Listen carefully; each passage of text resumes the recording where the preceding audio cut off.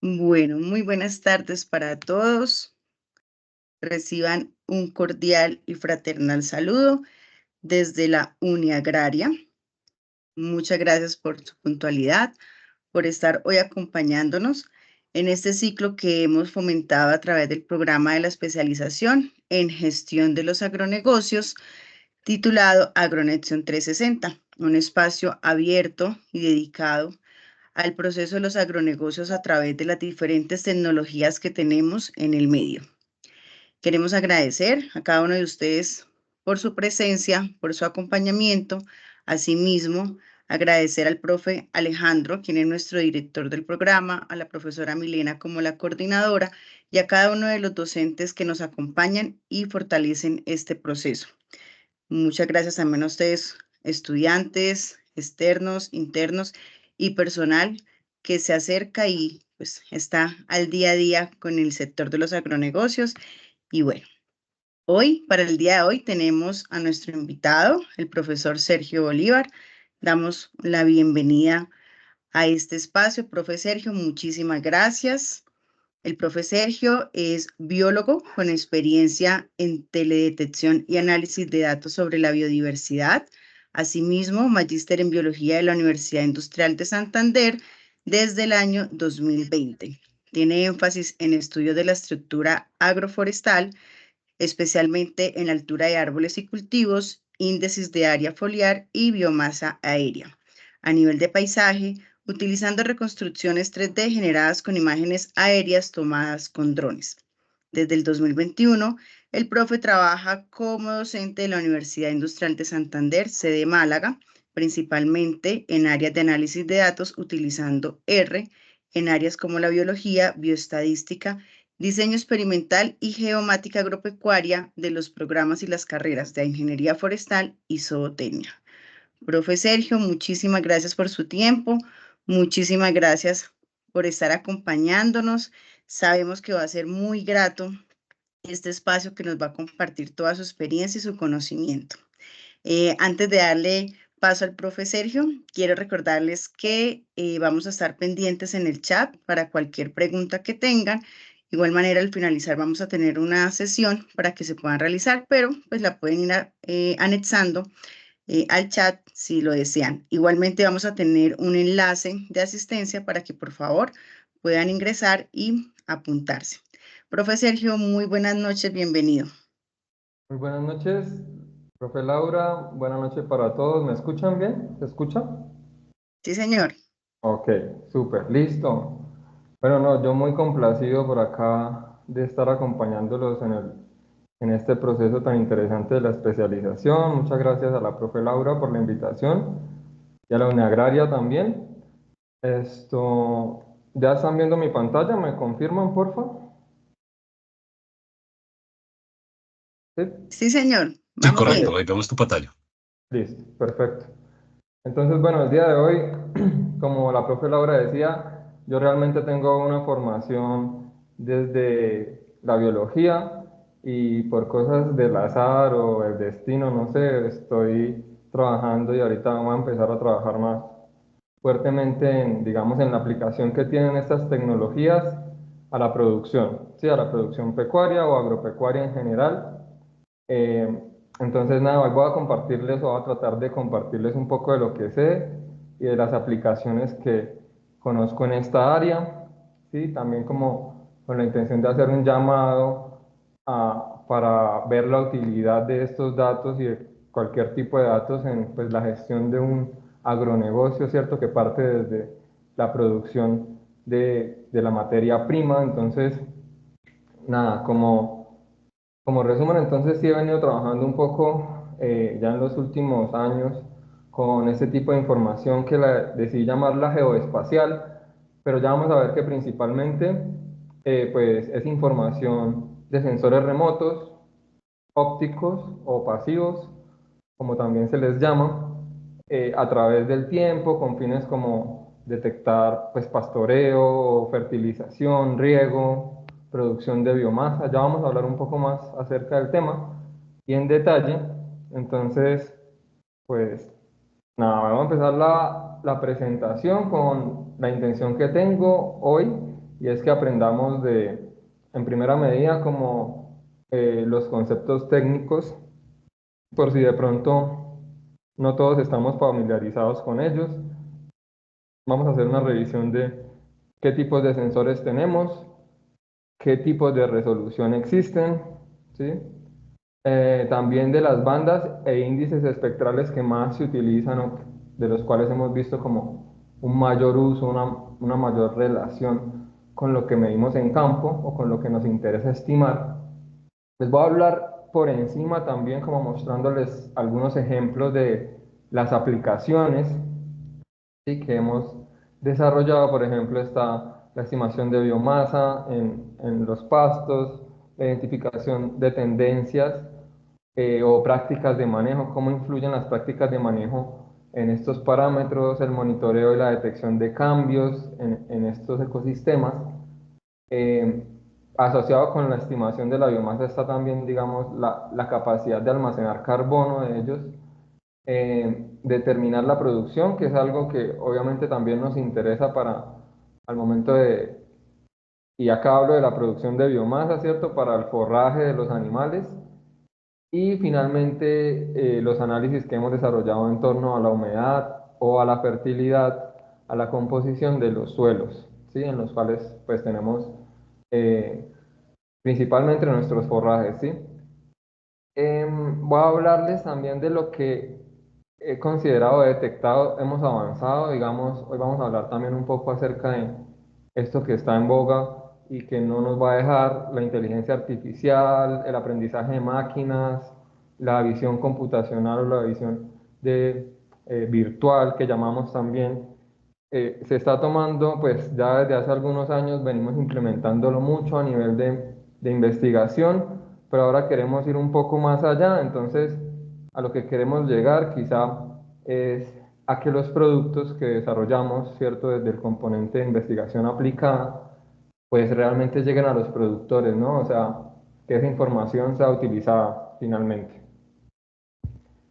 Entonces, bueno, voy a empezar a hablarles de los tipos de sensores que tenemos en las plataformas, ya sean satélites o drones. Hay dos, ¿sí?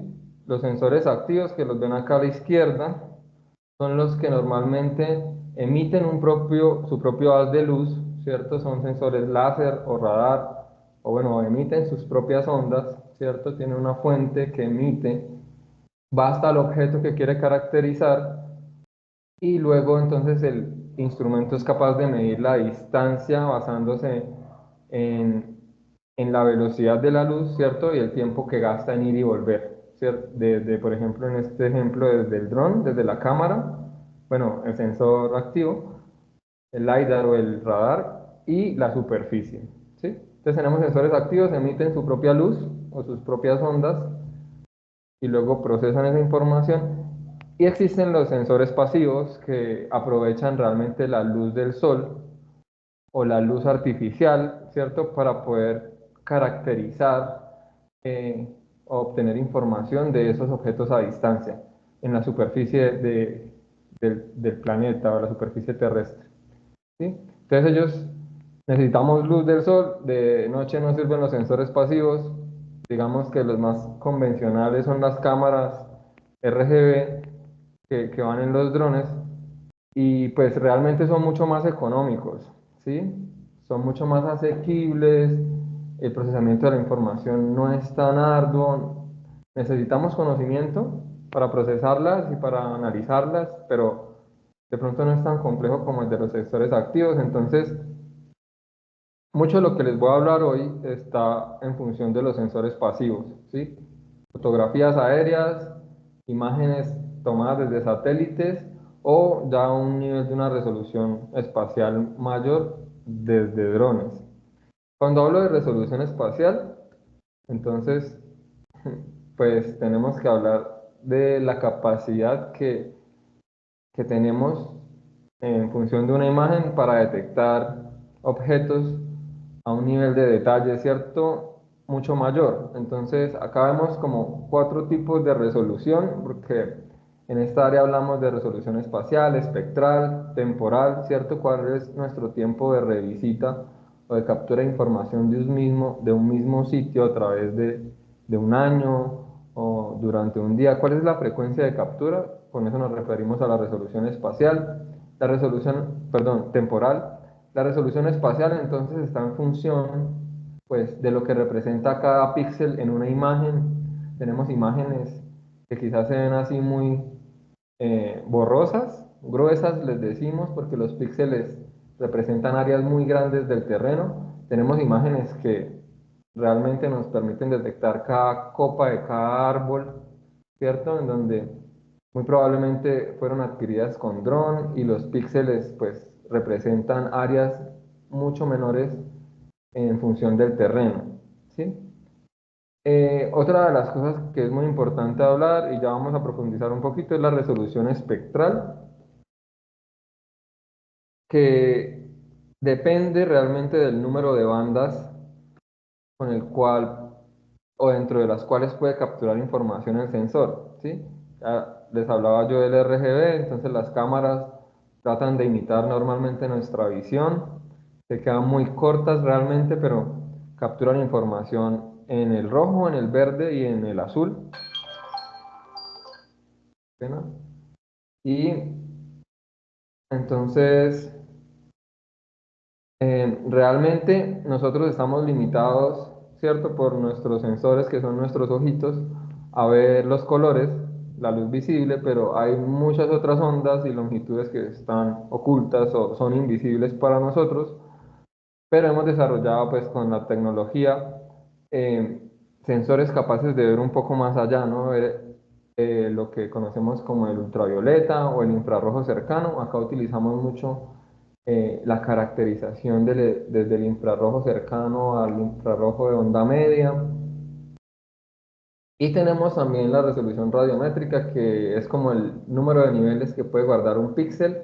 Más adelante, si están interesados, se puede aclarar un poco, pero de eso consta, digamos, eh, la terminología o los conceptos que vamos a utilizar hoy, ¿sí? Entonces tenemos la resolución espacial, acá está un ejemplo muy claro, tenemos tres sensores que nos permiten analizar la misma área, es un campo en Alemania, ¿cierto? Un cultivo, eh, pero visto desde tres ópticas, ¿no? Una que proviene de un satélite y pues tiene una resolución espacial bien gruesa, cada píxel eh, representa 900 metros cuadrados, ¿sí? Esto, lo que está acá es como el, la longitud de un lado de un píxel, 30 metros. Acá ya adquirimos o aumentamos la resolución espacial con un satélite de resolución espacial media, entonces ya cada píxel es de 6,5 metros. Y acá tenemos un ejemplo de un satélite de una resolución espacial mucho más alta, ¿sí? Alta resolución o alta definición, en el cual pues ya vemos mucho más detalle, ¿cierto? De las copas de los árboles, de quizá el estado de este campo y pues la resolución espacial es mucho menor en términos del área que representa cada píxel. Tenemos también la resolución espectral, ¿cierto? Que como les decía antes depende del número de bandas. Tenemos normalmente las cámaras compactas que capturan información en tres regiones del espectro visible, azul, verde y rojo, y la combinación de esa información entonces como que recrea una imagen que nosotros podemos ver, pero pues ya hemos diseñado también instrumentos, cámaras que les llamamos multiespectrales por tener la capacidad de capturar en regiones que ya les hablaba, les mencionaba antes, son invisibles para nosotros, ¿sí? Entonces después del rojo ya se nos acaba la vista, pero las cámaras multiespectrales pueden tomar información en otra banda, puede ser el red edge, que es ese borde del cual vamos a hablar ahorita, y el infrarrojo cercano. Entonces, con drones podemos caracterizar espectralmente lo que estamos viendo desde el aire con tres o cuatro bandas, por mucho o comúnmente es así. Pero con satélites alcanzamos una resolución espectral mucho mayor, entonces estamos por lo general por encima de 7 bandas, entre 7 y 12, algunos nos llevan a quizás hasta 21 o 22 bandas, y eso pues nos da como mayor información, ¿cierto? Nos da información a lo largo de un gradiente mucho mayor y eso nos ayuda a caracterizar, a distinguir tipos de vegetación o estados de la misma vegetación, ¿sí? Bueno, con estas imágenes aéreas, ¿qué se ha venido haciendo? Como implementando estos algoritmos de computer vision en inglés, ¿cierto?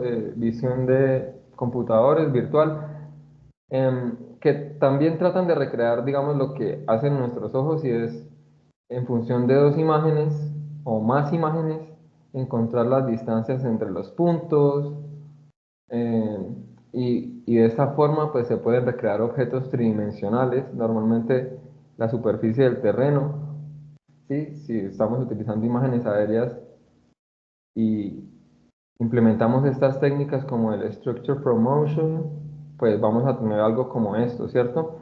No solamente información de la reflectancia de los distintos tipos de vegetación, sino también un modelo 3D de la superficie del terreno, ¿sí? O sea, podemos ver la pendiente, qué tan alto o qué tan profundo es un punto en función del otro. Ahí podemos ver como un cauce, una quebradita que está pasando acá. Esa es una finca por San Vicente de Chucurí. Pero entonces, digamos, tenemos esa estrategia que hemos venido implementando o tenemos otras que es a partir de las bandas sacar conclusiones de cómo se encuentra la vegetación. Una región súper importante que nos hemos dado cuenta es muy útil, ¿cierto? Para caracterizar, por ejemplo, los pastizales, los herbazales, los bosques, en fin, es esta región entre el rojo, ¿cierto? Y el infrarrojo cercano, que se conoce como el borde rojo o el red edge en inglés.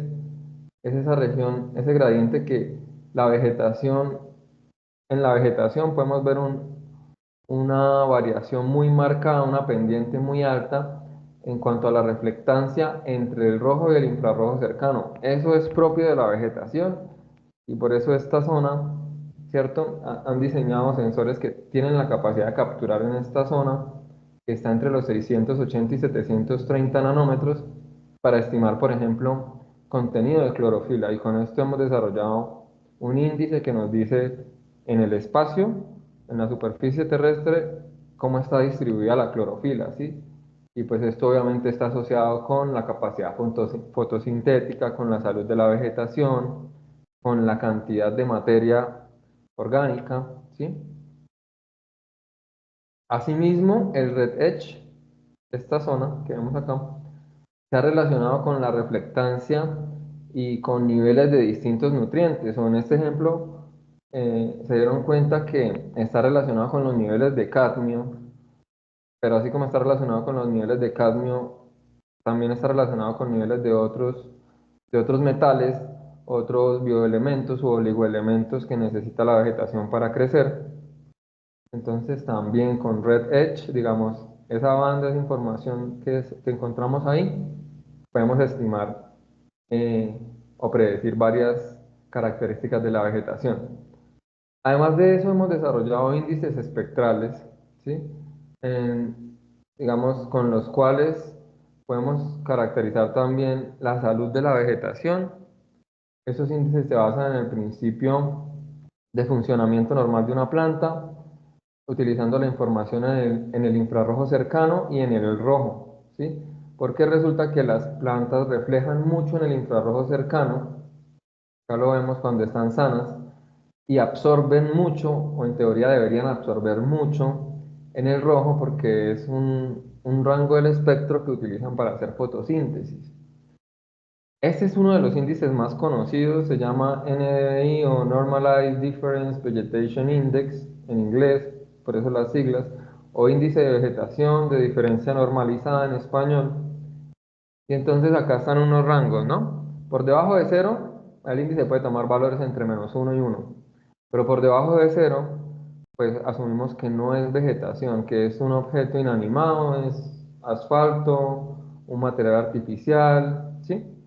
Por encima de cero vamos a encontrar ciertos rangos en los cuales pues vamos a identificar si las plantas o esos tejidos vegetales están estresados o por el contrario están sanos, funcionando bien o están muy bien, muy saludables, están felices, con agüita, con muchos nutrientes y haciendo fotosíntesis, ¿sí?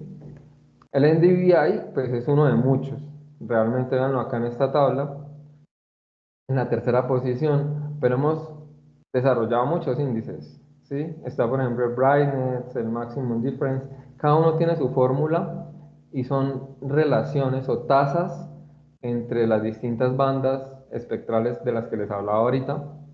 Hemos desarrollado tantos que en este artículo de Montero y colaboradores hicieron como una compilación y se dieron cuenta que por lo menos tenemos 127 tipos de índices diferentes solo para vegetación, ¿sí?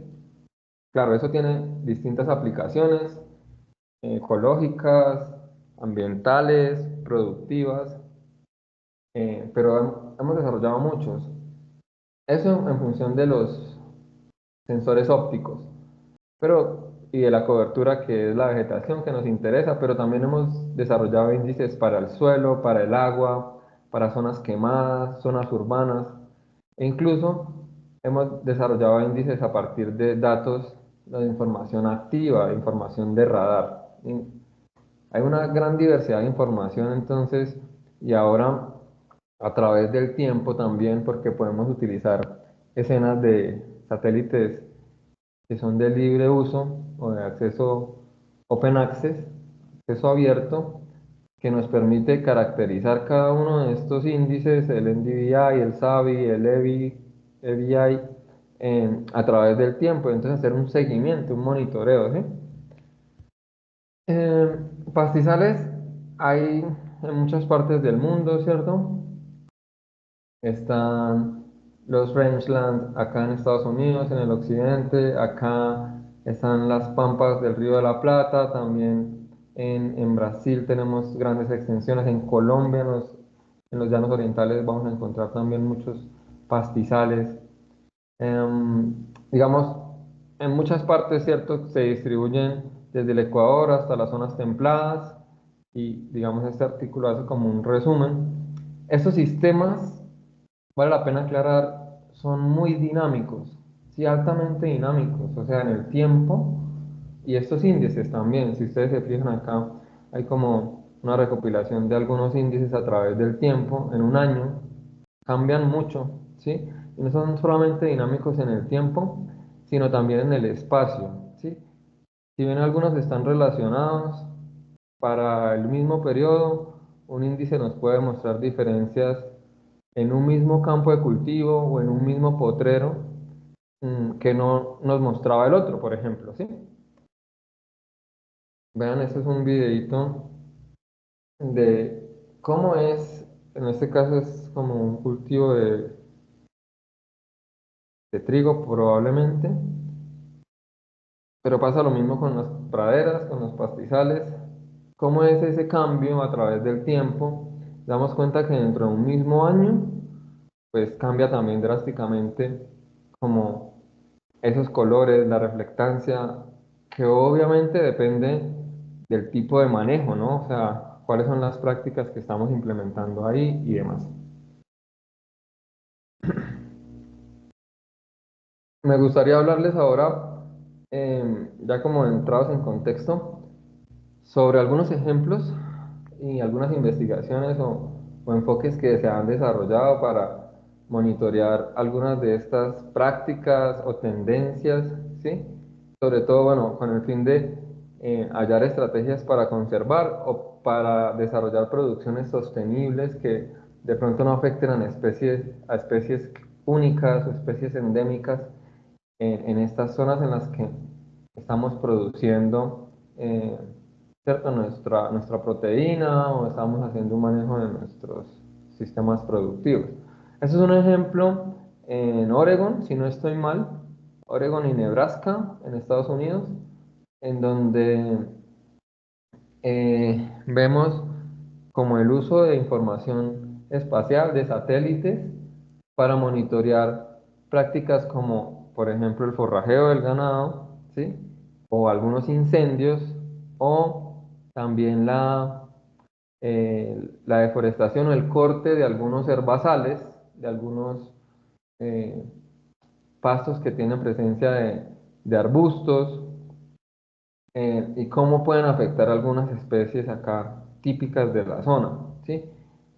Eh, Como les decía, esta es una aplicación en Estados Unidos, pero la idea es que lo tengamos como referente y como ejemplo, lo tengamos en mente para que quizá más adelante pues lo podamos aplicar acá, ¿no? En nuestros contextos. Acá vemos, por ejemplo, cómo se da el monitoreo de la biomasa a lo largo del tiempo. Una vez hay una intervención como antes de esa flechita amarilla no habíamos metido ganado en esas zonas. Luego de la flechita amarilla desaparece el manejo, ¿cierto?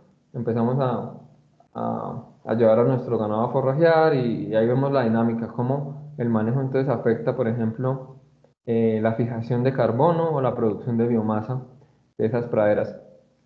O acá vemos también en líneas rojas para 3 sitios de estudio el punto en el cual hicimos una intervención de este tipo, que es quitar los arbustos de la Perdón, zona. Sergio, Sí, se se te fue salió la la... presentación.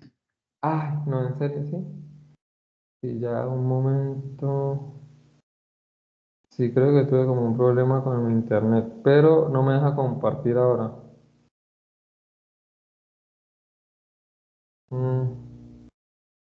¿Qué será? No me deja darle el botón de compartir. ¿Tendrás algún problema por ahí con internet, en la red? Creo, sí, creo. Vamos a activar esto. Bueno, pero ahora me dice que solo los organizadores y moderadores pueden compartir contenido. No sé si de pronto... Mm, ya revisamos. Gracias.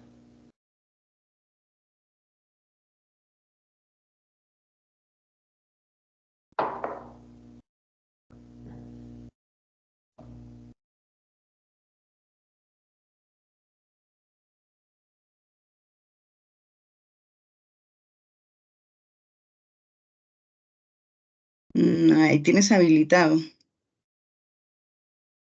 Mm, ¿Qué hago? Ah, no, ya, ahora sí, ya se activó, se Ya le activó. di permiso. Gracias. Ujú.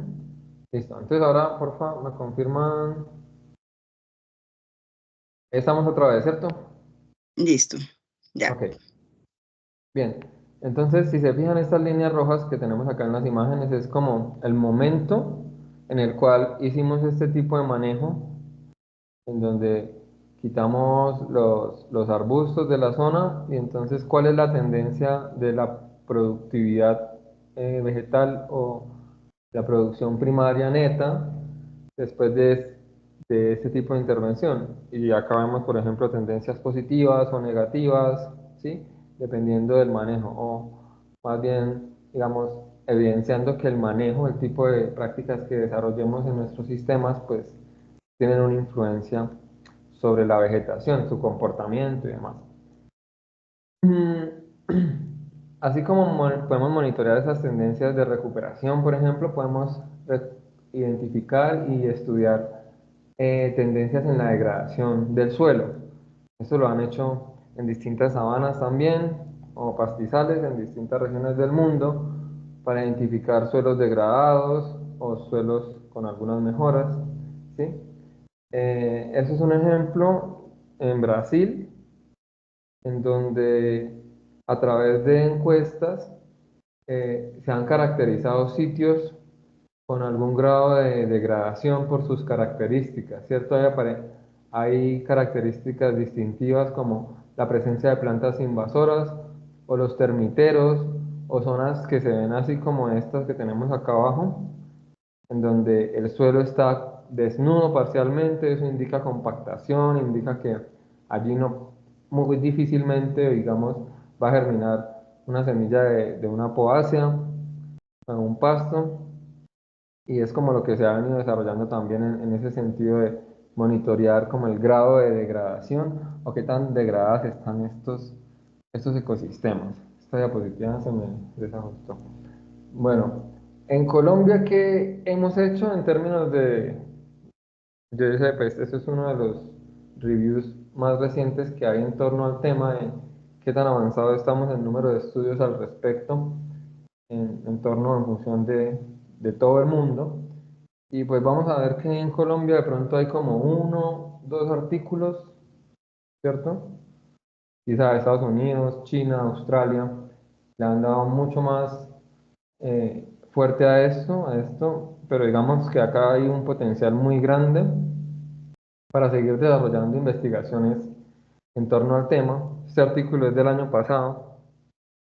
Eso quiere decir que no creo que haya aumentado significativamente el número de estudios, pero pues la idea es trabajar por eso, ¿sí?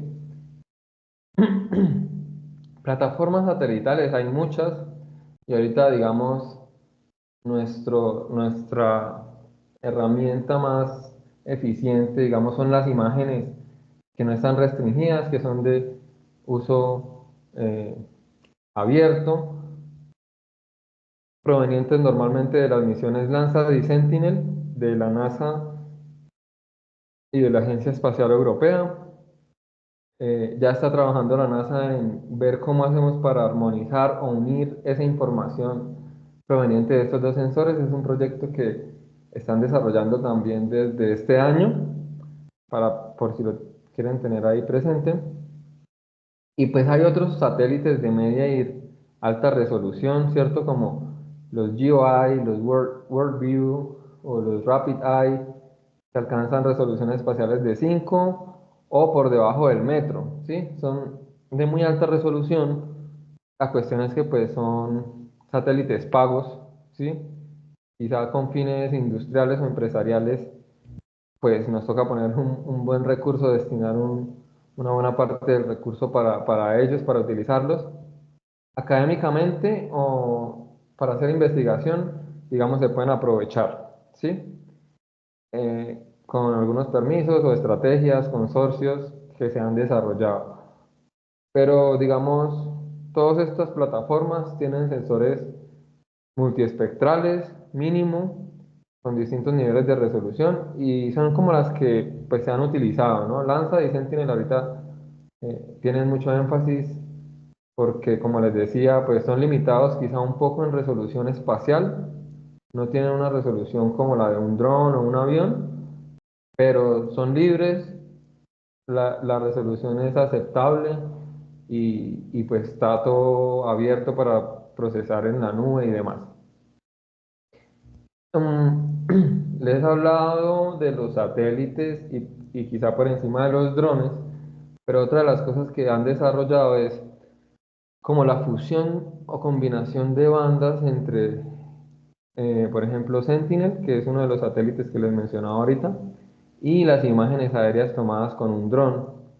¿Sí? Esas fusiones entre esos dos tipos de información se hacen con algoritmos, por ejemplo, de este tipo. Por ahí vi el análisis de coordenadas principales para hacer como la combinación y al final tenemos unas imágenes de muy alta resolución, tanto espacial como espectralmente, ¿sí? Que es algo muy chévere de ver, digamos acá, pero también porque tiene una utilidad muy importante, ¿sí? Eh, Además de eso, bueno, eso es un ejemplo ya empezando como a evidenciar el uso de los algoritmos de aprendizaje de máquinas, de aprendizaje profundo, para hacer predicciones a futuro. Entonces, si ustedes se fijan, tenemos como un periodo de tiempo, un periodo de estudio desde los 2000 hasta el 2020, cómo se ha dado ese cambio, digamos, en los pastizales en los paisajes con praderas y ahí vemos también bosques, ¿cierto? En verde oscuro. Pero además de eso, teniendo en cuenta como esa información, esa tendencia y otros análisis o datos complementarios, podemos proyectar a futuro cómo sería la distribución en el espacio de estas coberturas, ¿cierto? También depende de la vocación de la tierra, de la intención de las personas en desarrollar qué tipo de sistema productivo quieren desarrollar. En fin, ¿sí? Entonces, digamos, hasta este punto eh, es como muy enfocado en la vegetación, en las características de la vegetación, la biomasa, eh, la tasa fotosintética, la fijación de carbono, la cobertura, el verdor, ¿cierto? El contenido hídrico, en fin. Pero, digamos que también hemos desarrollado estrategias, y esto de pronto les parezca un poco interesante, para hacer monitoreo de semovientes.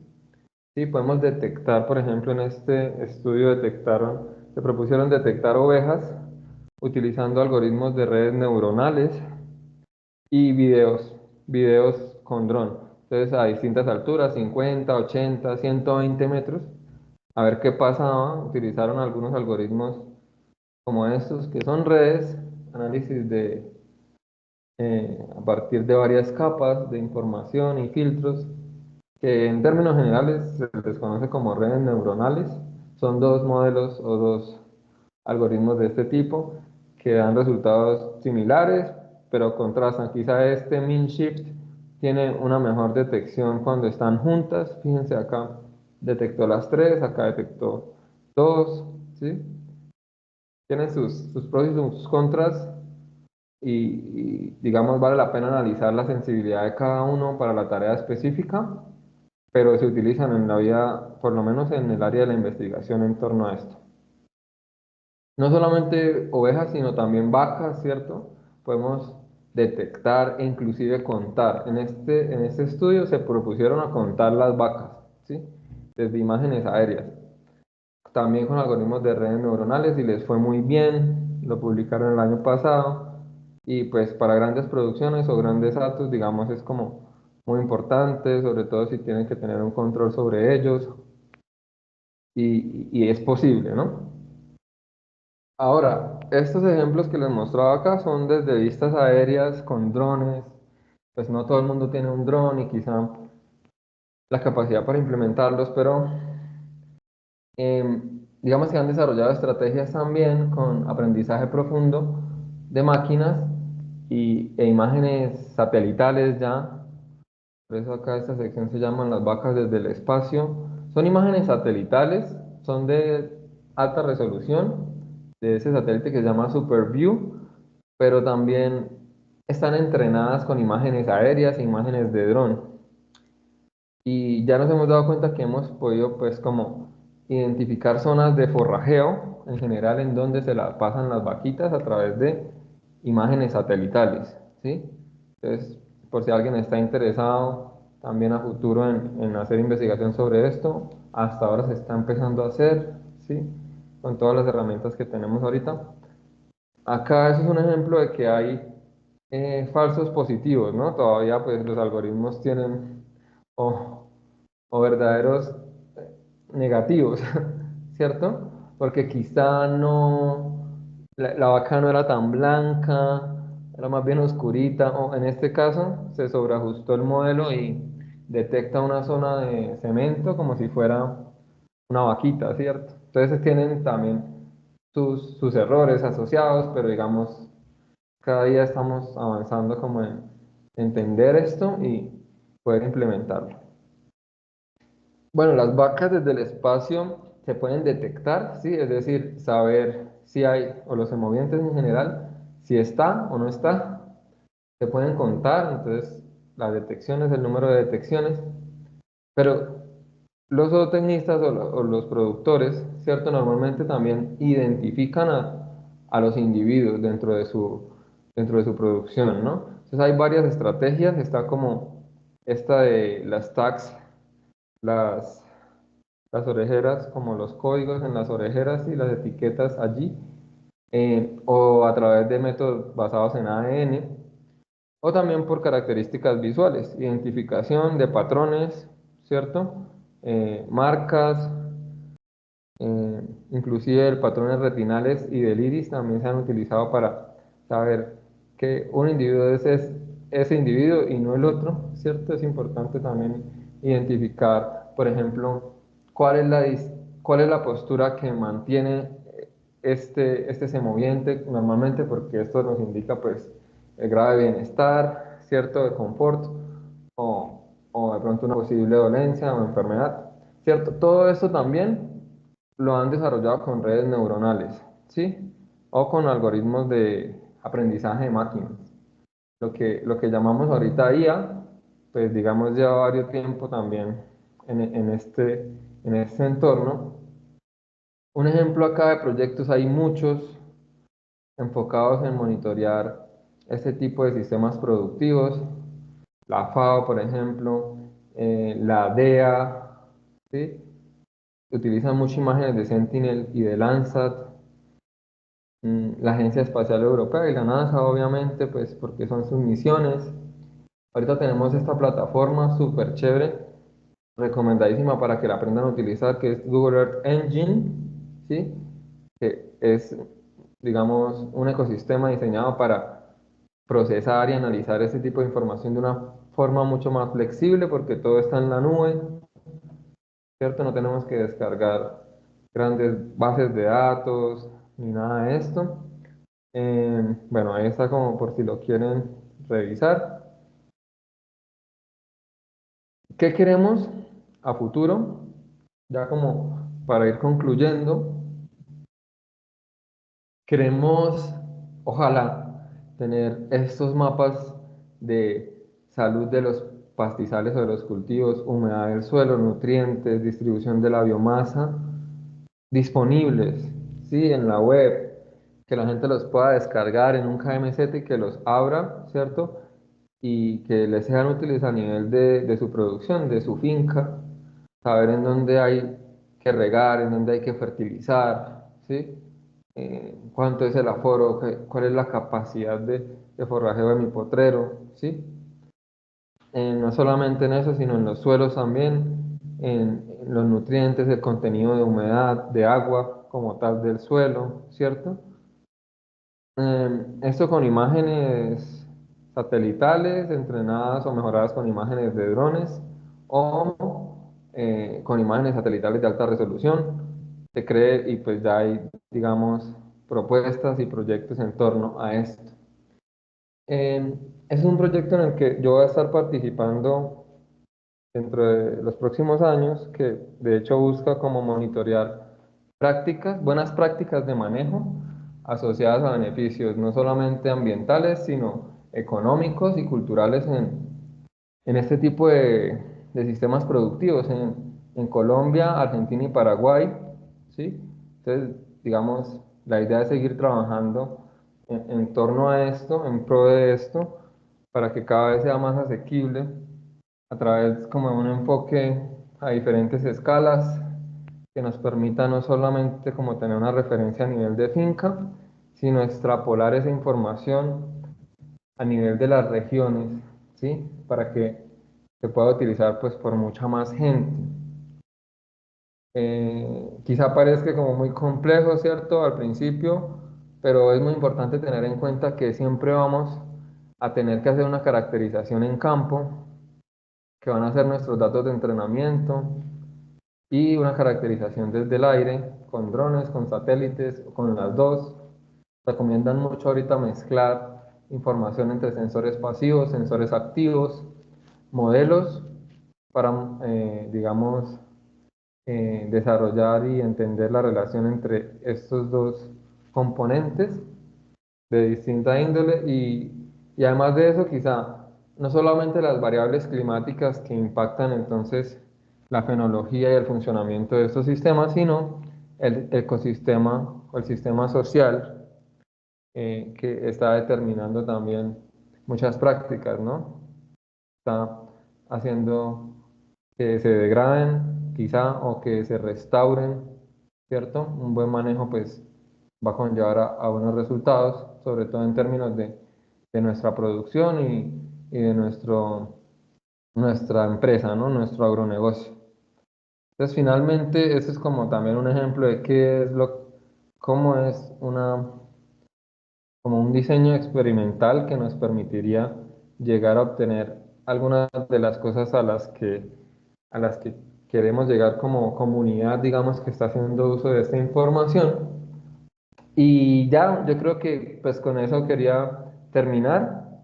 Eh, ya creo que pues utilicé bastante tiempo del que debía, pero me dijeron que estaba solito hoy. Entonces, bueno, nada, espero que les haya agradado mucho, que les haya sido de mucho interés y pues si hay dudas, ahí están, ahí estoy como disponible, pueden dejarlas en el chat. Ahí están algunas referencias también por si quieren echarle un vistazo a estas cositas que les estuve contando hoy. Y nuevamente, muchas gracias a todos por el espacio y por estar presentes. ¿Listo? Entonces, quedo a su disposición. Bueno, muchas gracias, profe Sergio. Bueno, pasamos a la sesión de preguntas.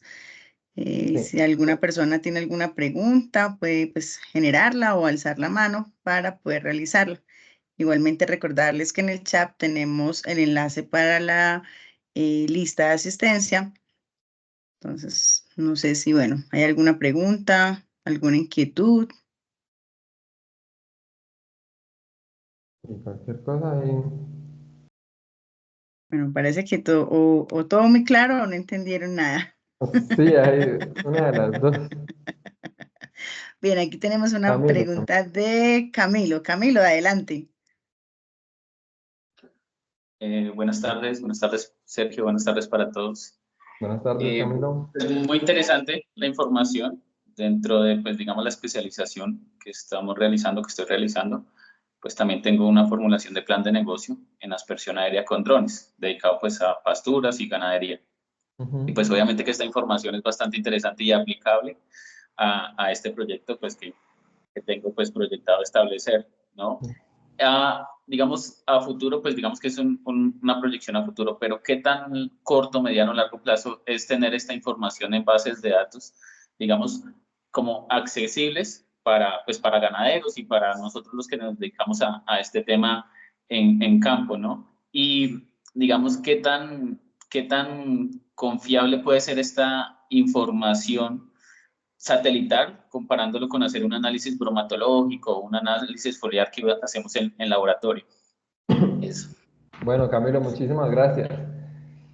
Bueno, yo realmente espero que esto que propongo como algo a futuro, pues en un periodo de tiempo no tan extenso, yo creería de 1 a 2 años, quizá, pero eso depende mucho realmente de la red que nosotros construyamos como usuarios de estos sistemas y de este tipo de información. ¿Por qué?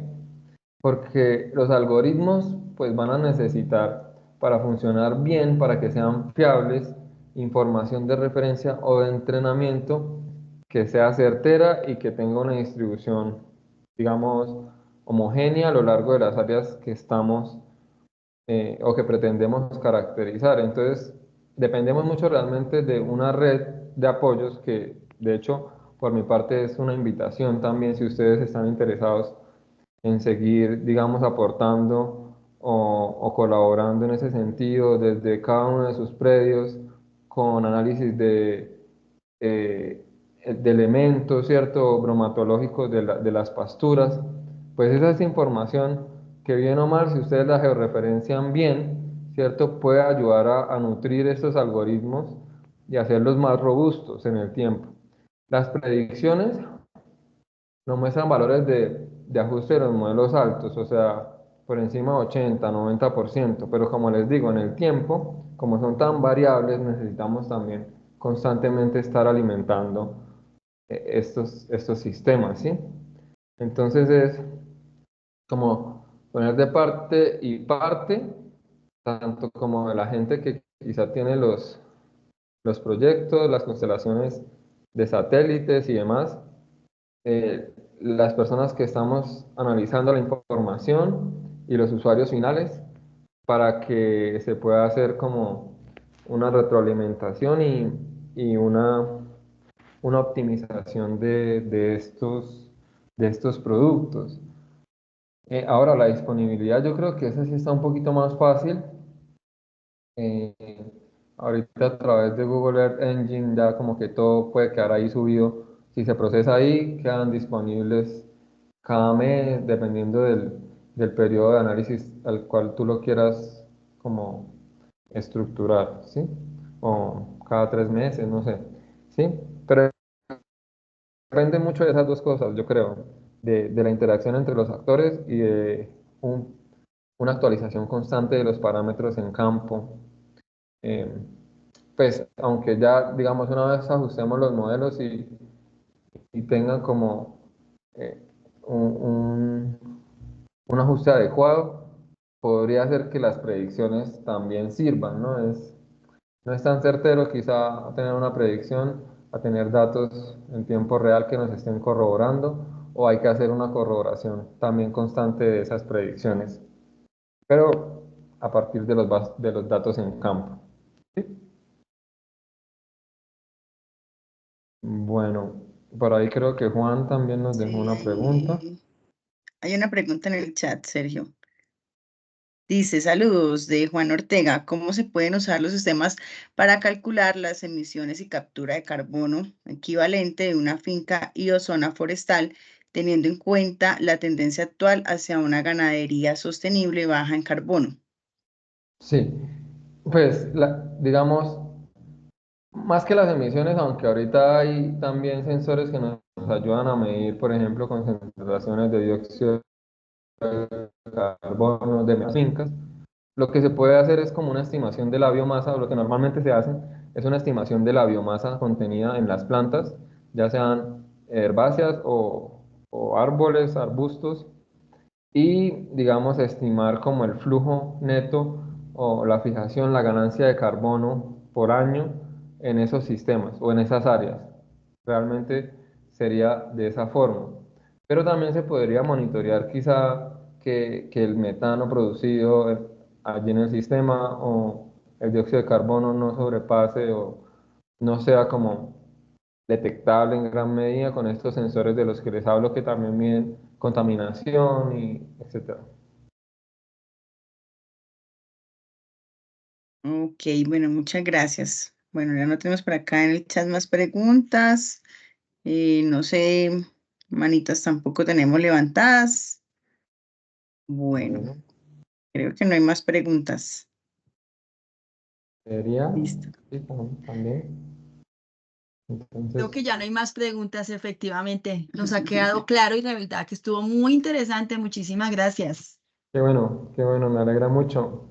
Y nada, cualquier cosa estamos ahí también disponibles, ¿no? Como les decía, entonces la idea es crear redes de cooperación a ver si sacamos productos que nos sirvan a todos alrededor de esto y pues que ayuden al campo colombiano, a la producción y pues obviamente también a la producción eh, de los sistemas de agronegocios, ¿no? Que ya nos llevan a hablar de lo que mueve a la gente, ¿no?